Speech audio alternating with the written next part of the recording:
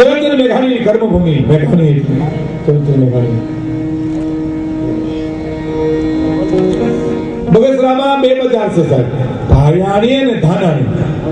મેઘાણીબાઈના દાદા બગસરામાં ભાયાણીના કામદાર હતા અને ધાનાણીની બજારમાંથી નીકળ્યા હોનાનો વેટ નીકળી ગયો. પડકારો કરો કામદાર તમારો વેટ પડી ગયો.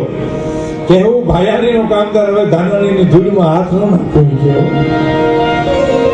એ જે તમારી જે દાદાની હતી એ સીધી જગતની મેઘાણીમાં આવી અને એ વાણિયાએ જે ગીતો લખ્યા હે ઓહો અદભુત.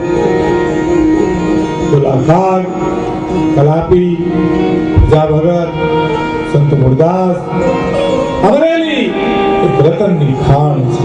કે ભાઈ કીધું તું અમરેલી મરેલી નહીં અમૃત જેને મળેલું છે. અને આ તો અમરેલી આખી શણગારી છે. અમરેલી દાંત કાઢે છે. નવોટા બની સોળે શણગાર સજીના દેખાતી હોય એવી આજ અમરેલી લાગે છે બાપ. અહીં ઓળખાય છે. પણ મેઘાણીબાઈ જે અમર રચનાઓ સામાન્ય રીતે આપણે લઈએ તો એક બનેલી હકીકત. મેઘાણીની યાદમાં મનુભાઈ ગઢવી બિરલા હોલમાં પ્રોગ્રામ કરેલો અને તમામ કલાકારો ગયા હતા અને એને આપાભાઈની એક રચના મેં રજૂ કરી એટલે એક કરોડપતિ અબજોપતિ માણસ સ્ટેજ ઉપર આવ્યો બિરલા હોલમાં. હવે કવિતા એ હતી અમારા આપાભાઈ કાલાભાઈની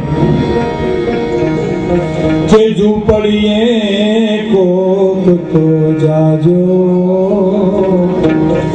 એના મહેમાન તો થાજો. સૌરાષ્ટ્ર સૌરાષ્ટ્ર ઝૂંપડે કોક દી તો જાઓ. નેહરામાં ગયા છે સાહેબ. સિંહનું જયારે બન્યું ત્યારે બધી હાથમાં લઈ અને આપણા સીએમ સાહેબ ગીરના જંગલમાં ઓફિસરો કે અમારી હારે હે બેટરીમાં અજવાળો એ નેહરા એના પ્રેમ એક ઘટના આપણે બનેલી. બિરલાહોરમાં કવિતા અમે ગાઈ બે કરી અને પછી અમે બધા બેઠા હતા સાબુદ્દીનભાઈ ને લાખાભાઈ ને અમે બધા દાદુભાઈ ને અને કરોડપતિ માણસ આવ્યો. કરોડપતિ તો નહીં અબજોપતિ વાકેશ્વરમાં રહેતો હતો. એનું નામ તો હું ભૂલી ગયો છું, વર્ષો પહેલાની વાત છે પણ મને એને વાત કરી શબ્દ શબ્દ તમને કરી. અને આપ જેવડો આવતા એ જ્યાં છે લો એનો હાવ છે નાનો આપ જેવડો આવતા અને અંગ ભલે નહીં ઉજલાયેના એના દિલ જો દરિયા ઝૂંપડીએ કોક તો જાજો. કવિરાજ બોલ ભટકણા સૌરાષ્ટ્રની હકીકત મને યાદ આવે છે. એ વખતના રાજા સાહેબના ઠાકોર અને એની ખરાવડ જયારે લૂંટવા માટે આવ્યા ચોર લોકો ડાકુઓ એ વખતનો ચોકીદાર એને કીધું હટી જા. એ હતું નહીં ઠાકોરનું અનાજ મારા દાંતમાં છે અનાજ મારા દાંતમાં છે. એ હટી જા લૂંટેલા મારનો અડધો ભાગ દઈશું તો કે નહીં મારાથી ખુદાય નહીં. કવિએ પણ કીધું છે કે વેરી કો વસાના વિશ્વાસઘાતી કો વસાના ખર કો ખિલાના પર ખુટુલ કો ખિલાના.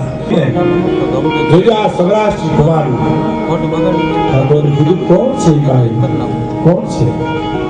ડાયા માણસો વાતે બીજી કે છે મૂકે છે મોતી પ્રોઈ લે તો પ્રોઈ લે કે બાપુ આ ઓલો ચોકીદાર નહીં આપણો ખરાવાડીનો ખૂટ્યો નહીં અને ચોર લૂંટારો હારે મરી ગયો કાયમ આવી ગયો શહીદ થઈ ગયો. એની ઘરેથી બાઈ નાના નાના છોકરા છે મજૂરી કરે છે. અને એ વખતે ઠાકોરના મોઢામાંથી વેણ નીકળ્યા કે એ બાઈ હજી બેઠી છે બીજો ધણી ધાર્યો નથી. હે કે એ બાઈ હજી બેઠી છે બીજો ધણી ધાર્યો નથી. એ શબ્દ પૂરા કરી એ જ ક્ષણે લાજનો ઘૂંટો ઊંચો કરી કીધું દરબાર ઠાકોર મને તો ધણી ધારતા આવ્યો છે પણ મારા ધણીને ધણી ધારતા ન આવ્યો છે. મને તો ધણી ધારતા આવ્યો કહેવાય કે સમર્પણ કરી અને ખપી ગયો પણ મારો ઠાકોર થઈને મને એમ કહેતો કે બીજો ધણી ધાર્યો નથી તો ધણી ધારતા મને આવ્યું છે. મારા ધણીએ ધણી ધારતા કઈ ભૂલ કરી છે. આટલું કોઈ હળેલાટ નીકળી ગઈ તો ઠાકોર ઉભા હતા બેઠા હતા ત્યાંથી ઉભા થઈ ગયા અને એક બોલ્યા બેન દીકરી મને માફ કરી દો. મેં આકરા આવે એટલા માટે કીધા છે કે મારી બેન દીકરીનું મારે ખુમારી જરૂર હતી, મારે એનું સતીત્વ જોવું હતું, મારે એનું પોતાપણું જોવું હતું.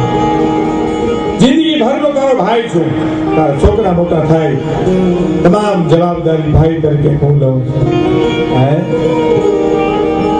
અને ઝૂંપડીએ કોકતો જાયજો, એના મહેમાન તો થાયજો. અને હવે સાંભળજો કે પણ ભૂખ્યા રહી પીરસી દે પ્રેમ ભી ના પકવા. એની પણ ભૂખ્યા રહી નહીં પીરી દે પ્રેમ ભી ના પકવા. અને એમાં દુઃખ સુણેતા તો માથડા દેવા, એનું આખું કુડ થાશે કુરબાન. ઝૂંપડીએ કોક તો જાજો.